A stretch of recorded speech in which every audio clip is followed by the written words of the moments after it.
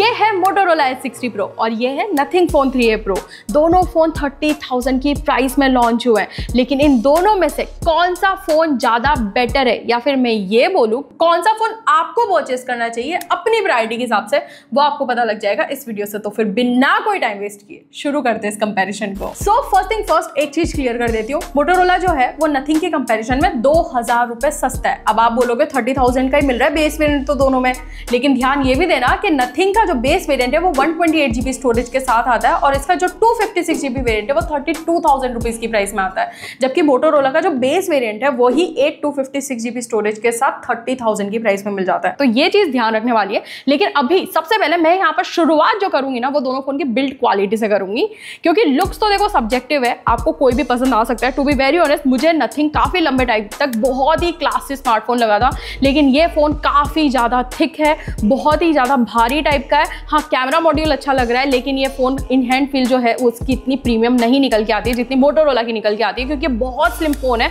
6000 mAh की battery होने के बावजूद भी। अभी बिल्ट अगर आप यहाँ पर देखोगे ना तो फ्रेमिंग दोनों में यहाँ पर प्लास्टिक दे रखी है। किसी ने मुझे इंस्टाग्राम पे क्वेश्चन पूछा था तो क्लियर कर देती हूँ, Motorola Edge 50 Pro में हमें मेटेलिक फ्रेमिंग देखने को मिली थी, यहाँ पर नहीं है। लेकिन यहाँ पर फ्रंट में अगर आप देखोगे तो मोटो में Corning Gorilla Glass 7i की प्रोटेक्शन है, इधर आपको देखने को मिलेगी पांडा ग्लास की प्रोटेक्शन। दूसरा बैक साइड में जो है वो Nothing में आपको ग्लास बिल्ट देखने को मिलेगी। स्टाइलिश है, लेकिन किस तरह की प्रोटेक्शन दी है ये बताया नहीं गया है। तो अगेन मेरा कंसर्न हो जाता है कि फिर बाद में क्या होगा अगर टूट गया फूट गया तो पैसे आपके लगने वाले हैं। Motorola ने थोड़ा सेफ साइड खेला है, मतलब मेरे को लगता है वीगन लेदर ना आज की डेट में बेस्ट होता है, क्योंकि प्रीमियम भी दिखता है और प्लास्टिक जितना चीप भी नहीं होता है और ग्लास जितना ऐसे ड्यूरेबिलिटी को लेके कंसर्न भी नहीं पैदा करता है। तो यहाँ पर आपको वीगन लेदर के साथ काफ़ी अच्छी फिनिश देखने को मिलेगी।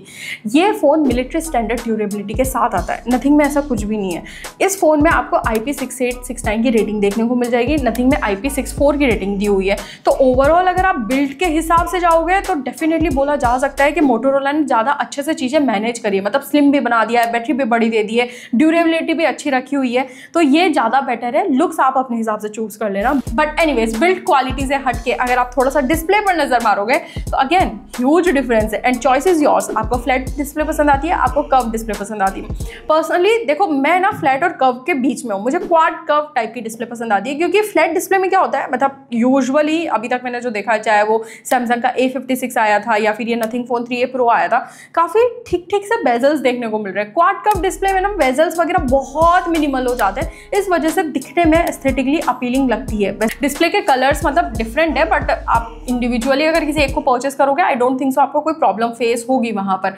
HDR का सपोर्ट यूट्यूब में है, नेटफ्लिक्स में नहीं दे रखा है, दोनों ही फोन में नहीं देखने को मिलेगा। और हाँ, एक और चीज मैं आपको बता दूं कि जब मैं आउटडोर्स में गई तो पीक ब्राइटनेस मैंने देखा है कि Motorola की ज्यादा बेटर रहती है, क्योंकि इधर 4500 निट्स की दे भी रखी है, ठीक है। इसके अलावा स्पीकर्स, हाँ Motorola में Dolby Atmos स्टूडियो स्पीकर्स दे रखे हैं, अच्छे हैं, ठीक है, लेकिन Nothing के speakers for some reason Motorola को ओवरपावर कर दे रहे हैं, मतलब ये ज्यादा लाउड भी है और इसके स्पीकर्स की क्वालिटी भी अच्छी है, तो वो यहाँ पर डेफिनेटली स्टैंड आउट हो रहा है। लेकिन इन सब के अलावा कहां पर आपका बाइंग डिसीजन हैम्पर हो सकता है, वो है फोन के कैमरास। अभी देखो, हार्डवेयर पार्ट तो ना दोनों ही ब्रांड्स ने काफी अच्छा रखा है, क्योंकि दोनों ब्रांड्स ने यहाँ पर टेलीफोटो लेंस दे दिया है, वाइड एंगल कैमरा दे दिया है, फ्रंट में अच्छे खासे मेगापिक्सल का सेल्फी कैमरा आपको देखने को मिल जाएगा, तो कोई कमी ऐसे छोड़ी नहीं है। लेकिन अगर फोटोज की टेक्निकलिटीज पर आए तो यहाँ पर आप देखोगे दोनों फोन के जो कलर साइंस है वो काफी डिफरेंट है। Nothing ने कलर्स को इस तरह से बूस्ट किया है जो एकदम सोशल मीडिया रेडी टाइप की फोटोज आप बोल सकते हो, मतलब स्किन को थोड़ा ब्यूटीफाई कर दिया है और ओवरऑल आई प्लीजिंग फोटोज है।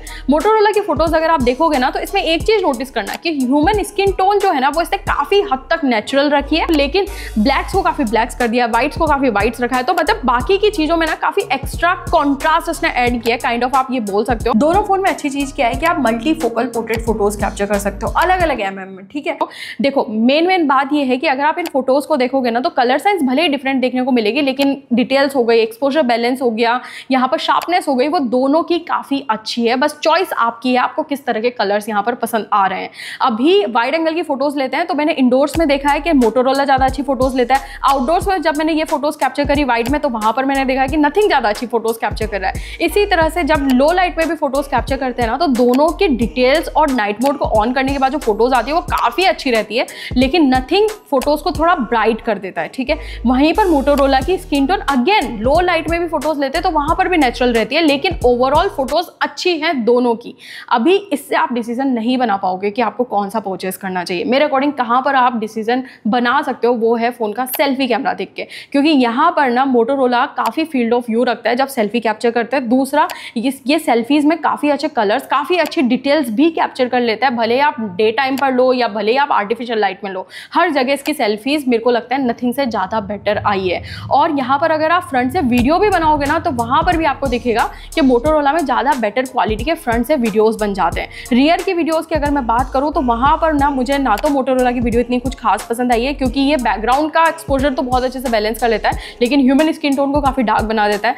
जबकि नथिंग जो है वो ह्यूमन स्किन टोन को काफ़ी इंटैक्ट रखता है, लेकिन बैकग्राउंड का एक्सपोजर नहीं बैलेंस कर पाता है। तो काइंड ऑफ बोल सकते हो दोनों की इतनी कुछ खास नहीं है, और दोनों में बुके में वीडियो बनाने का ऑप्शन भी नहीं दे रखा है। तो हाँ, ये वाली चीज़ है। बट ओवरऑल देखो, एक बात ऐसी है कि कैमराज में सेल्फी कैमरा से आप डिसाइड कर सकते हो कि हाँ मोटोरोला के कैमराज ओवरऑल बेटर है। लेकिन एक सजेशन दूं आपको, अगर आपकी कैमराज फर्स्ट प्रायोरिटी है, आपको कैमरा सेंट्रिक फोन ही परचेस करना है, देन मेरे अकॉर्डिंग इन दोनों को छोड़ के आपको वीवो का V50 परचेस करना चाहिए, क्योंकि फोटोज एंड वीडियोस दोनों में ही वो फोन इससे ज्यादा बेटर निकल के आएगा। अच्छा देखो, फोन के कैमराज के अलावा फोन की परफॉर्मेंस में भी एक अच्छा खासा डिफरेंस है। और वैसे भी काफी लोगों का होता है जिनके कैमराज एकदम फर्स्ट प्रायोरिटी नहीं होती है, उनको एक बेटर बैलेंस्ड फोन चाहिए होता है जहां पर UI एक्सपीरियंस या फिर ओवरऑल परफॉर्मेंस में स्मूथनेस देखने को मिले। तो ये वाला पॉइंट भी मेरे अकॉर्डिंग आपको बहुत ही ध्यान से सुनना चाहिए।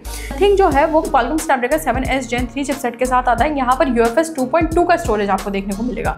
मोटोरोला ने इस बार ह्यूज जंप किया अपनी परफॉर्मेंस में, पिछली बार के कंपैरिजन में बात कर रही हूँ। यहाँ पर ना आपको MediaTek Dimensity 8350 एक्सट्रीम प्रोसेसर देखने को मिल रहा है, UFS 4.0 का स्टोरेज देखने को मिल रहा है।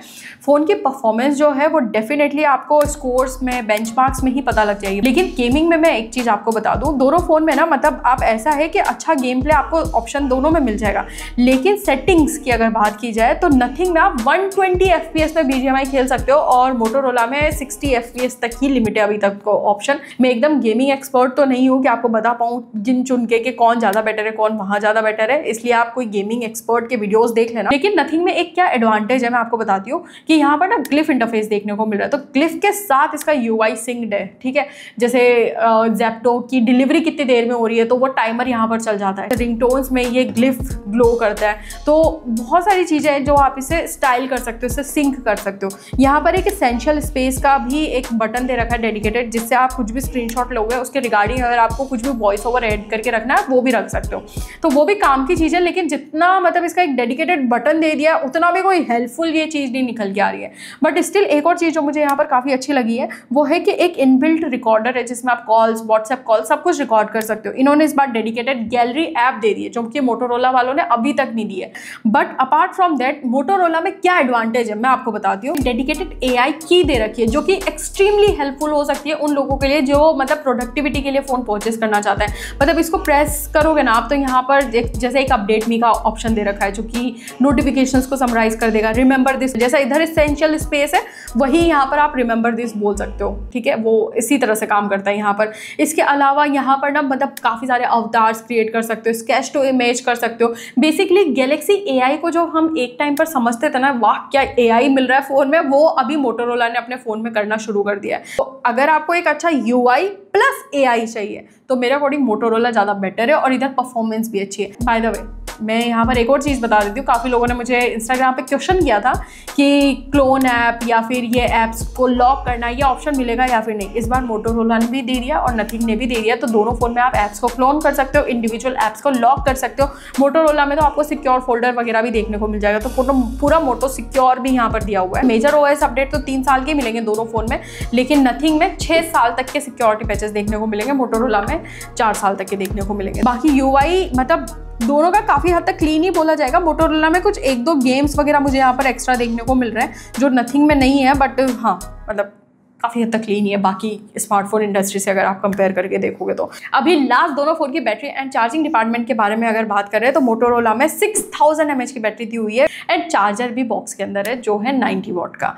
नथिंग में आपको 5000 mAh की बैटरी देखने को मिलेगी और चार्जर भी बॉक्स के अंदर नहीं है। ठीक है, ये एक सबसे बड़ा डील ब्रेकर काफ़ी लोगों के लिए बन सकता है, क्योंकि 30,000 खर्च करने के बाद भी एक तो आपको 128 GB का स्टोरेज मिलेगा, ऊपर से चार्जर के लिए अलग से खर्चा, तो ये ओवरऑल महंगा पड़ने वाला है आपको।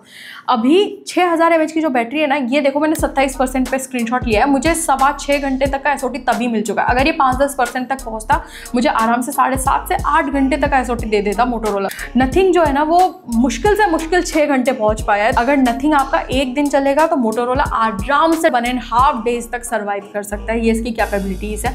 बेसिकली बैटरी बैकअप में ये फ़ोन ज़्यादा बेटर है। और दूसरी चीज़ ये भी ध्यान रखना है, इधर 15 वॉट की वायरलेस चार्जिंग का भी सपोर्ट दिया हुआ है और 90 वॉट के चार्जर से आप इस फ़ोन को 0 to 100% अराउंड 50-55 मिनट्स में चार्ज कर सकते हो। तो नथिंग कितनी देर में चार्ज होगा ये मैंने देखा नहीं है, क्योंकि चार्जर अलग से खर्चा मैं करना नहीं चाह रही थी, ठीक है। तो ये वाली सारी चीज़ें। अभी देखो ओवरऑल अगर आप मुझसे पूछोगे फाइनल बताओ कौन सा ले, देखो मैंने यहाँ पर सब कुछ आप लोगों के सामने बता दिया है, जो भी मैंने टेस्ट किया सब कुछ आपके सामने रखा है। अगर मेरे से पूछोगे तो कैमरास मेरे अकॉर्डिंग एक थोड़ा डिसाइडिंग फैक्टर हो सकता है, लेकिन सेल्फीज में अगेन मोटोरोला विनर है। तो मैं एक तरीके से समझूंगी कि हाँ मैं शायद मोटो को परचेस कर लूँ, क्योंकि वीडियोस तो इन एनी विच वेज मुझे दोनों की कुछ खास नजर नहीं आई है। तो अगर मेरे को फोटोग्राफी प्रायोरिटी है तो मैं सेल्फी और रियर को दोनों को प्रायोरिटी में रखूंगी। परफॉर्मेंस भी इधर ज़्यादा बेटर दी हुई है, मतलब परफॉर्मेंस से भी ज़्यादा बेटर मेरे को मैटर करता है कि AI फीचर्स इधर कितने दिए हुए हैं, क्योंकि नथिंग में ऐसा कुछ AI का नाम ही नहीं है, ठीक है। डिस्प्ले भी जो है मतलब जिस तरह का स्लिम ये स्मार्टफोन है, जिस तरह का बिल्ड है, मेरे को मोटो ज़्यादा अपीलिंग लग रहा है टू बी वेरी ऑनेस्ट। मतलब आप खुद देख लो यार, मैंने तो सब कुछ आप लोगों के सामने रखा है, विद प्रूफ बातें करिए, ऐसे अपने मन से तो कुछ बता नहीं रही हूँ। बाकी आपको इस वीडियो से जो कंक्लूड करना आप वो कर सकते हो, लेकिन मेरी प्रायोरिटी और मेरे से अगर पूछा जाए तो आई गेस मोटोरोला अपनी प्राइस को काफ़ी अच्छे से जस्टिफाई कर रहा है। दैट डजंट मीन कि नथिंग फोन 3A Pro बेकार फ़ोन है, मेरे अकॉर्डिंग ये भी सॉलिड स्मार्टफोन है, लेकिन 30,000 क्यों खर्चा करना अगर आपको इसी तरह के कैमरास इसी तरह की परफॉर्मेंस चाहिए तो मेरे अकॉर्डिंग फिर आप नथिंग फोन 3A को परचेस कर लो ना, वो एटलीस्ट आपको 25,000 की प्राइस में मिल जाएगा। इस तरह से आप पैसे बचा सकते हो अगर आपको नथिंग कंपनी का ही फोन परचेस करना है तो। बाकी आई रियली होप ये वीडियो आप लोगों को पसंद आया होगा। पसंद आया लाइक जरूर से करिएगा, चैनल को सब्सक्राइब कर लेना। बाकी तो हम लोग मिलते हैं हमारे नेक्स्ट वीडियो में।